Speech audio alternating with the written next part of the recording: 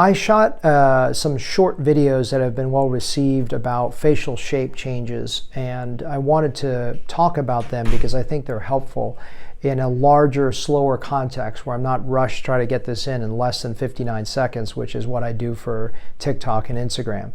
So I want to talk a little bit about the importance of facial shape, how we read a face based on the facial shape. And I think it's helpful because a large part of why facial shape is so critical is that it gives us a right brain perspective on the face. Like instantaneously, we look at a face and we say, this face is older and this face is younger. And that is the right brain. Again, I encourage you, if you've heard me say it multiple times in these videos, go back to my video where I talk about left versus right brain thinking so you understand what that means. But it's a gestalt. It's an instant feeling about a face's youthfulness, attractiveness, etc. And so facial shape gives us a lot of that information that we need to know about a face to see how youthful and attractive it is.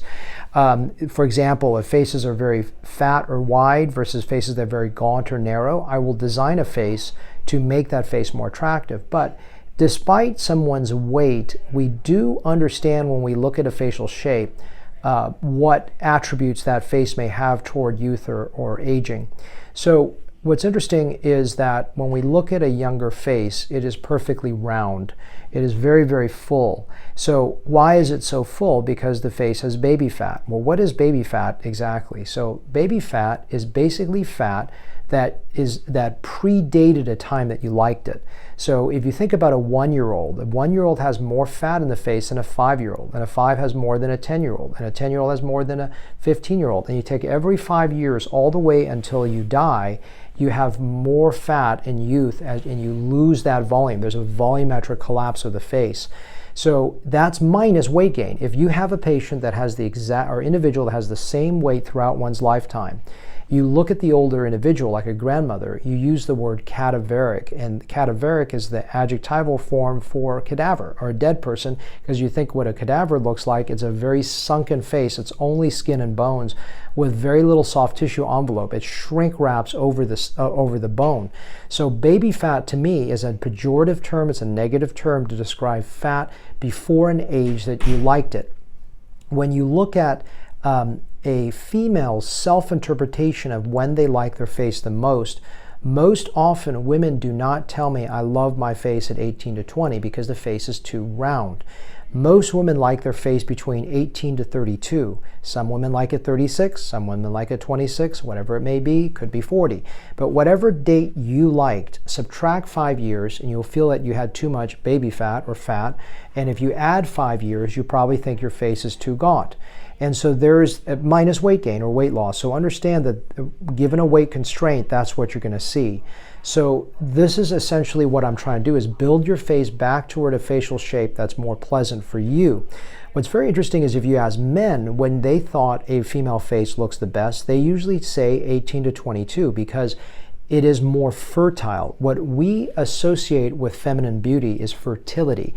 When I create a face that looks more fertile, it looks more attractive. So this is what's sort of interesting, is that women looking at men, they oftentimes like darker complected men because the thought process, which is interesting, this is another whole psychosocial understanding, is that it can look more masculine in appearance because as we get through pubescence into older time, there is a darkening of the skin. And women, a lot of men like fairer skin females, blondes or lighter color skin, because as puberty passes into our 20s, there's a darkening of the skin, there's a thinning of the skin, and there's more vascular appearance.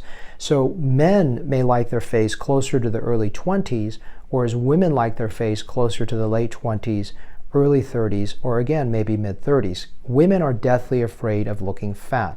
As much as men hate the word, hey, I'm going bald, women don't like to be called fat or heavy set. There's a repulsion to the idea that looking fat. So the idea of adding fat to the face is negative. However, if we start to understand where I put fat, where I don't put fat, you'll understand it better. So we'll talk about a couple concepts of facial shape of evolution. So one is the upside down egg. To me, it's the simplest encapsulation of the aging process that's instantaneous. So what that means is if you think about an egg, there's a fatter portion and a thinner portion. A younger face has an egg that has the wider portion up high and narrower down low. And the inversion of that egg is a consideration of aging. So there's a width down there, usually due to weight gain and gravity. So as we start to lose volume, this shrinks in and this gets bigger. So when we see a face that looks like this, we immediately from 10 feet away think it's older. So one of my goals is to invert the egg. How do we do that? Adding volume here, subtracting it here, either through Botox jaw reduction or a facelift, or sculpting the frontal zones to make this and this bigger to make this look smaller. It's a sculpting idea to make balance between the face.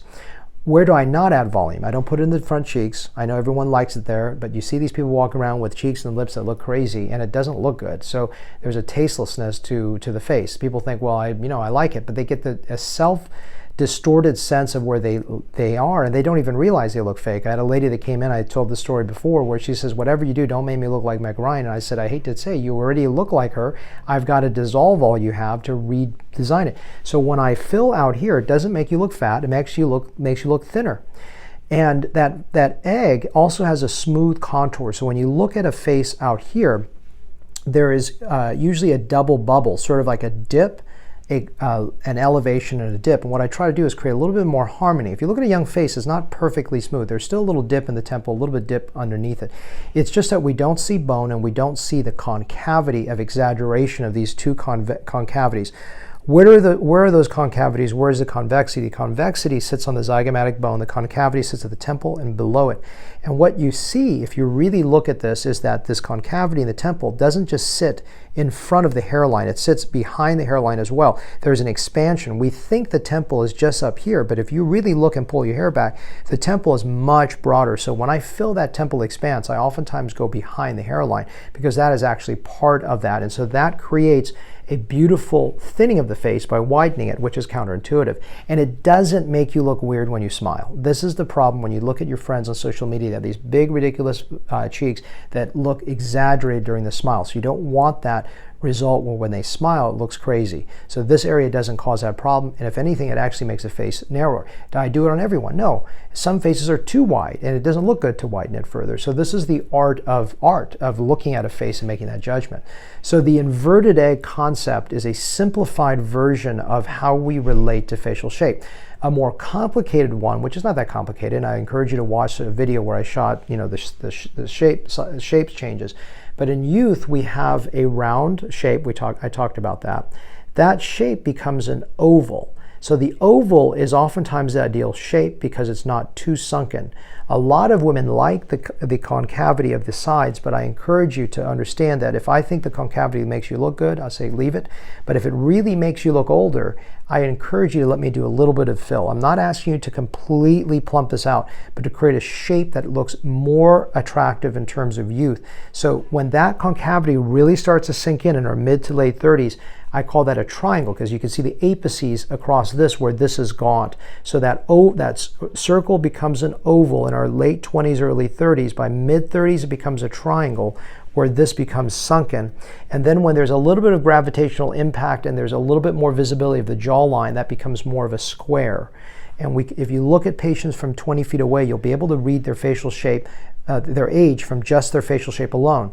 Women are always within 3 inches of trying to examine their face and trying to see if they look older. But I'm going to challenge you. You can see someone's age from 20 feet away. You can see attractiveness from 20 feet away. I'm trying to define 5, 10, 15, 20 feet away, instant blink judgments. Blink is that term that Malcolm Gladwell used to describe instantaneous feeling about a face. Beauty, youth, femininity, masculinity, overweight, thin, attractive, not attractive. These blink concepts or right brain concepts is what I'm trying to drive in. That's why facial shape is so important in terms of the power. If you haven't watched my video, Start With Why, it gives you to understand why engage in all this. Then that square gives way to a triangle because there's complete collapse of the upper face and the bottom becomes dominant. Think about that triangle. The triangle this way and the triangle this way are simplified versions of the egg. So essentially when we become bottom heavy, the last stage is an inversion of the triangle where we gain weight down here, maybe our submammary glands get bigger, we have gravitational impacts, we have volumetric collapse of the upper face, we become an upside down triangle. So this is a very simplified concept of how to understand it, but to start with the why is that facial shape is so powerful because just like you may look good in blue, you may put a dress on or a shirt that makes you look fat and you go, I don't like that, I'm not going to wear it. For me, facial shape is part of that design. I don't make your identity look different. I don't make you something that you never had. I'm not going to radically shift something ridiculous. But just the subtle design elements to make a face look better is predicated on facial shape. And the final concept with this is not just aging, but I briefly alluded to it early on, is that the facial shape can also give you a connotation of beauty. So for example, if someone has a very wide face, I may add, if it's not a surgical, I may add volume here and just up here to create a slimmer face, or do some Botox to slim the face, something to make it look better, or maybe a chin implant or a facelift, but something to make the face look narrower. Or if I've got a face that's very long, you've got a very strong nasal profile, you've got a very gaunt face, I'm going to spend a lot of my time giving width to the face, not to make it round, to make it oval, because you have a linear long face this way and it makes you not look as attractive because you're too gaunt. So these are the minor elements of facial shape that has some to do with aging, but it also has to do with design. And so hopefully these concepts of facial shape and the evolution of facial shape as we get older helps you give a encapsulated view that will be helpful, especially with that dialogue when you come and see me.